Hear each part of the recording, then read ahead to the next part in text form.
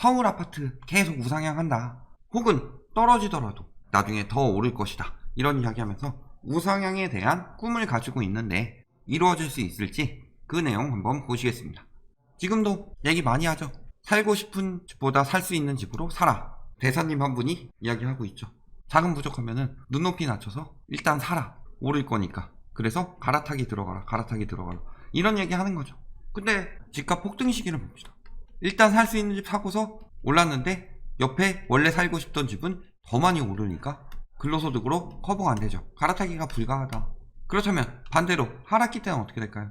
살고 있던 집 떨어지고 더 많이 올랐던 집은 더 많이 떨어지겠죠. 그러니까 요거 팔더라도 요 갭이 여기에서 요만큼으로 줄었으니까 갈아타기 더 용이하겠네 생각해보면은 사실 다 떨어지고 나면은 이때 집 안 사놓고 있으면 이 돈으로 그냥 살 수 있죠. 근데 왜 지금 사라고 하냐. 그러면서 입지 좋은 새 아파트 하지 말고 나은 집으로 갈아타기 해라 하면서 영끌에서 사라 이런 이야기 하고 있는 거잖아요. 본인이 부동산 업계에 있었을 때 사서 현금 가만히 두는 것보다 집값은 올랐으니까 갈아타면 좋고 갈아타면 좋고 그런 지식을 가지고 이야기를 하는데 지금 보면 어때요? 저금리니까 무조건 대출받아서 사야 돼요? 영끌에서? 이야기하지만 지금 은행사별로 대손충당금 확보해야 되기 때문에 힘들다고 이야기했죠. 앞으로 점점 더 은행에서 자금 확보하려 할 것이다. 근데 지금 영끌하라고 하는 거죠. 보유세도 올라가고 시중금리도 차츰 올리고 있는데 710 대책 이후에도 이런 얘기 하고 있어요.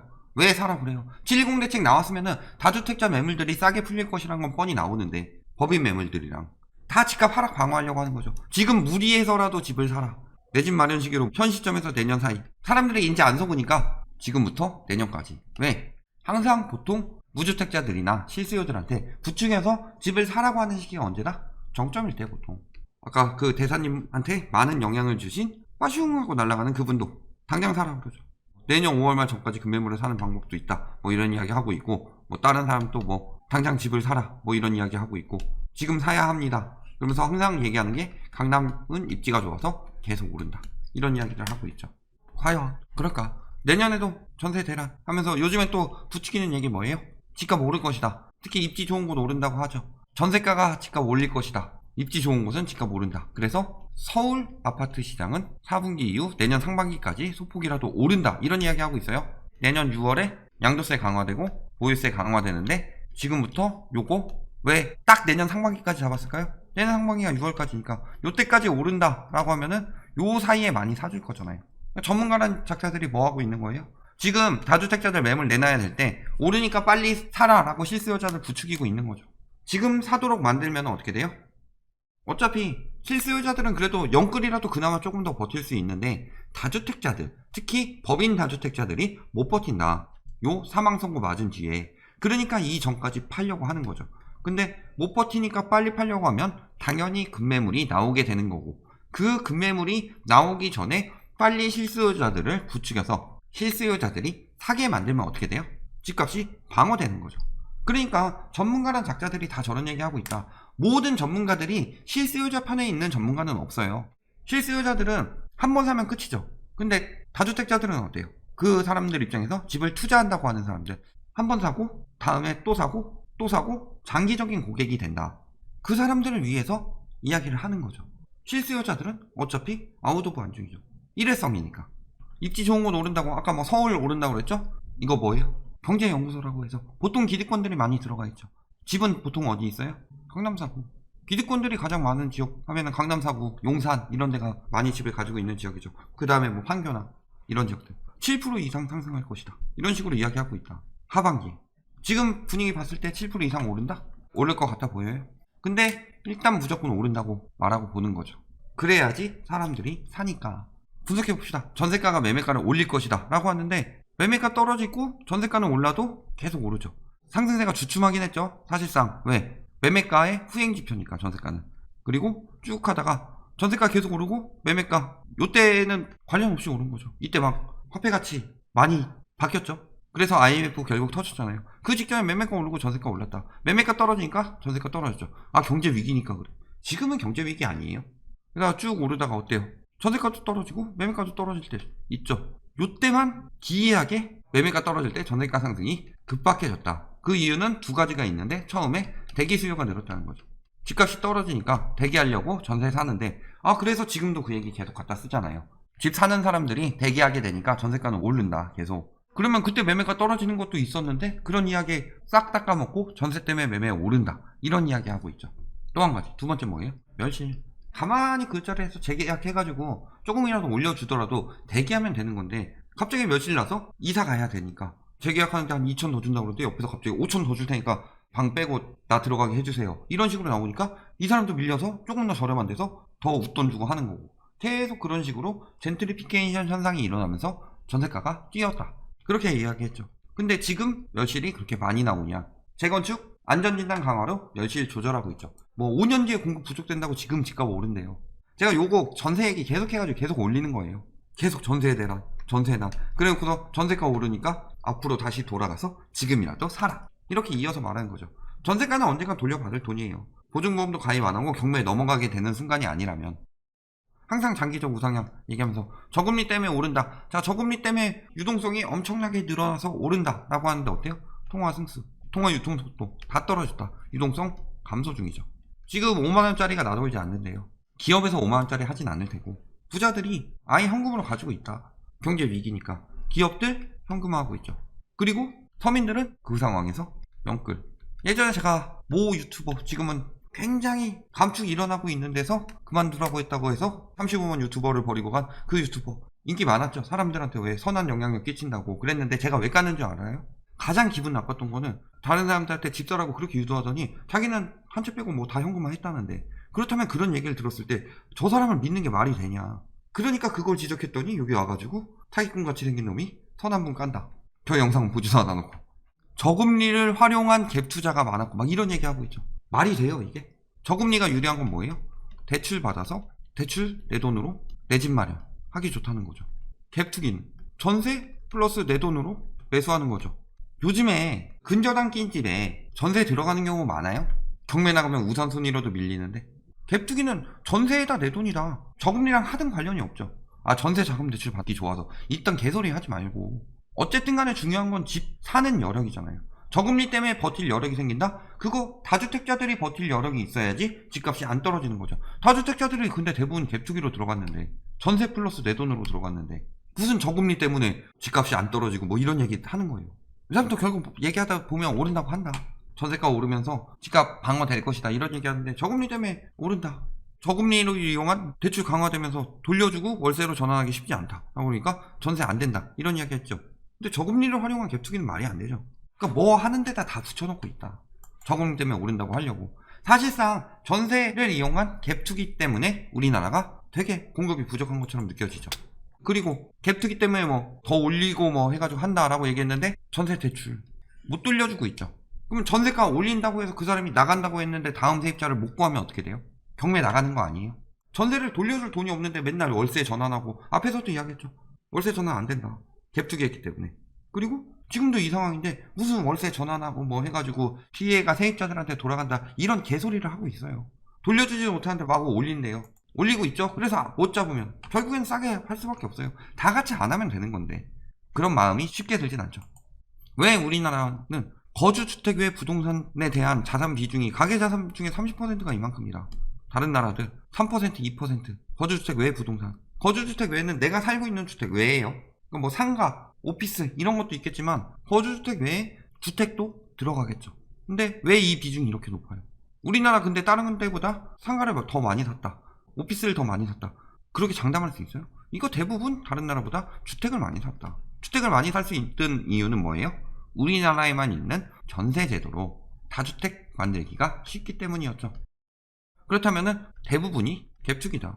뭐 외국 같은데 월세 받는 나라들 있죠. 그래도 뭐 이 정도라고 하면은 우리나라도 주택으로 월세를 받는다 생각을 했을 때 비중이 거의 대부분은 갭투기고 월세 받는 거는 일부다. 보통 이렇게 들어가겠죠.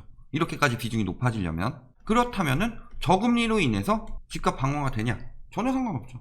갭투기꾼들한테는 저금리보다 무서운 게 뭐다? 보유세다. 저금리 때문이 아니라. 그래서 보유세를 올리면은 갭투기 매물들이 많이 나올 것이다. 왜냐면 갭투기는 외국 같은 경우는 이자 갚을 거 생각해서 하는 건데 우리나라 같은 경우는 갭투기는 이자가 안 나가니까 자기 있는 돈 웬만하면 다 들여서 한다. 보유세도 당시에 저렴했고 그러니까 늘리고 늘렸는데 보유세를 빵 때려버렸어요. 그러니까 보유세 여파가 그렇게 크다는 건데 저금리 얘기를 계속하고 있다. 전세 때문에 저금리보다는 우리나라는 보유세 영향이 다른 나라보다 훨씬 큰데도 공급 부족 때문에 오른다고 하는데 지난 10년간 주택 절반 다주택자가 싹쓸이했다. 490만원 중에서 250만원은 다주택자가 사들였다. 그렇다면은 공급이 부족한 게 아니라 얘들이 공급 가져간 게 문제죠. 그래서 뭐 서울은 공급이 부족하고 딴 데는 뭐 괜찮은데 얘기했는데 요거는 주택 면실이고 요거는 아파트 공급인데 보면 어때요? 저희 예전에도 이 자료 썼는데 2015년부터 2017년까지 급등한 이유가 있었다. 2018년까지도. 중요한 건 뭐예요? 공급이 이렇게 많이 되면 뭐예요? 아파트 공급이 이렇게 많이 돼서 20년까지 많고 21년에 떨어진다. 이런 얘기 하는데 멸실이 그만큼 많이 나왔다. 19년에 그래도 분양가 상한제 얘기 나오고 막 규제 들어가고 그러니까 재건축 추진 조금 덜 돼서 다른 연도보다 멸실이 적었죠. 그리고 19년에 어떻게 됐어요? 내려갔다 올라왔죠. 20년에 멸실 더 맞고 있겠죠. 20년에 재건축 더 많이 추진했을까요? 멸실에서? 둔촌중공같이 이미 멸실된 데 제외하고 더 많이 멸실이 늘어났을까요? 21년에는? 18, 19년, 20년 많았으니까 그렇고 21년 떨어진다. 이것만 보고 얘기할 게 아니라 멸실을 봐야 된다. 핵심은.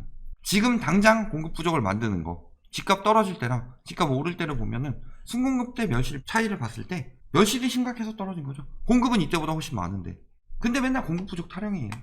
거기다가 장기적 우상향 이야기하는 사람들 늘 뭐라 그래요? 장기적 우상향. 왜? 화폐 가치가 떨어지면서 실물 가치는 오르기 마련이다. 근데 보면 어때요? 화폐 가치 떨어지면서 오른 실물 가치만큼 되냐? 특히 입지가 좋은 곳 더 많이 오른다고 그랬죠? 입지가 좋은 강남 아파트 매매가 전세가 입지 프리미엄 하더라도 요만큼 해가지고 사람들이 더 인프라를 몰렸다 하더라도 요 정도로 그쳐야 되는데 여기까지 올라버렸다. 그러면 이만큼이 거품이죠.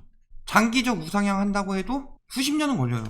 그런데 지금 그 가격까지 다 올려놓고서 화폐 가치 하락으로 더 오른다? 이딴 얘기하고 있는 거예요. 근데 문제는 뭐예요? 장기적 우상향이 부동산에 통하냐? 다른 재화랑 달리 화폐 가치 하락으로 오른다 라고 하기에는 부동산에는 문제가 뭐가 있어요? 인구 감소. 이때까지는 계속 인구가 늘어났으니까 괜찮은데 언제부터 떨어졌어요? 2019년 11월부터 떨어지기 시작했죠. 67년까지는 생산활동 인구가 거의 반토막 난다고 그랬고 고령화는 2049년 넘으면 일본 넘는다. 일본보다 훨씬 고령화가 빠르죠. 출산율 0.92 나오고 있죠. OECD 국가 중에서 1도 안 나온 나라. 선진국화 되면 출산율 줄어드는 건 맞는데 1도 안 나온 나라 우리밖에 없다. 2100년에는 경제 반토막. 이런 식으로 인구가 줄고 있어요. 일본도 생산활동 인구 감소 시작하면서 집값 떨어지기 시작했죠. 물론 여러가지 요소들이 많이 겹쳤지만 버블 엄청나게 심했죠. 일본은. 그런 것들도 있었지만 떨어지고 나서 왜 회복이 확 안 되냐. 생산활동 인구가 급격히 떨어졌으니까 생산이 안 된다. 경제가 돌아가는데 제일 중요한 건 생산과 소비인데 생산활동 인구가 줄어들면은 생산과 소비가 급감하게 되는 거죠. 생산과 소비가 급감하는데 집값은 오른다? 말이 안 되죠.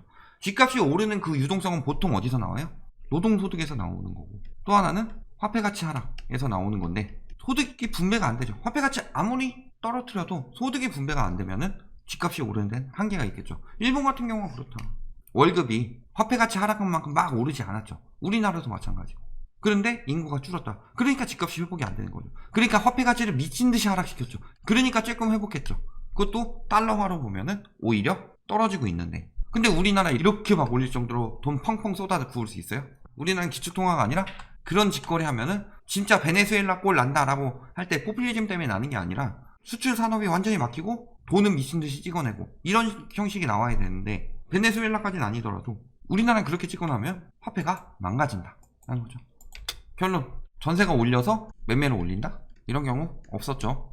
매매가 올려서 전세를 올린 경우는 많다. 전세가 올려서 매매를 올린 경우는 없다. 그래서 매매를 올리기 위한 정책이라면 어떤 것들이 있어요? 취득세, 양도세 완화시켜서 투기 수요를 늘리고 재건축 완화책이 엄청난 공급을 하는 것 같은데 생각보다 재건축 공급 그렇게 많지 않죠. 재건축하면은 멸실이 막 나기 시작하면서 특히 재건축 완화 중에서 멸실 늘려가지고 공급 부족 만든 거 가장 큰 게 연한 완화였죠. 이런 식으로 해서 매매가가 올리면은 그거에 맞춰서 실수요들 처음에 유입되고 매매가 올라가면서 투기 수요들 유입되고 추격 매수 붙으면서 전세가 따라 오른다. 보통 이렇게 돌아갔죠. 두 번째, 공급 부족 때문에 오른다? 공급 부족도 아니고 공급 부족 때문에 오르는 것도 아니다. 세 번째, 저금리 때문에 오른다? 떨어지는 시기에서는 저금리보다 우리나라에서는 보유세 여파가 더 크다. 네 번째, 장기적 우상향한다? 그러기에는 실물 경제와 괴리율이 너무 크고 두 번째로 인구가 감소되기 때문에 수요는 계속 감소된다. 근데 공급은 계속 늘어나죠. 공급 부족 언제까지 얘기할까요?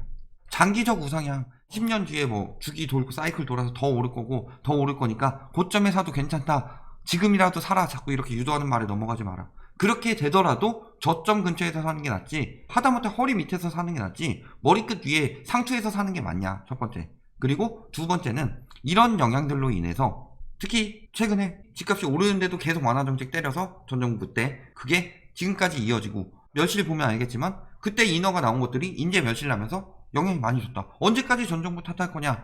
부동산은 그래요. 부동산 다음 정부에 보통 효과가 나타나죠. 그러니까 이번 정부에서 나타내기 위해서 엄청나게 세게 때리는 거고 다 막는 거고 그렇게 하는 거잖아요. 장기적 우상향이 나오는 게 아니라 그것 때문에 오히려 인구 감소라든가 이런 것들을 유도했기 때문에 오히려 1번씩 침체가 올 수 있고, 장기적 우상향이 아니라 지금 사는 뭐 한 40, 50대 혹은 30대 생애에서 가장 비싼 고점으로 사는 순간이 될 것이다. 이 얘기를 제가 계속 하고 있는 것입니다.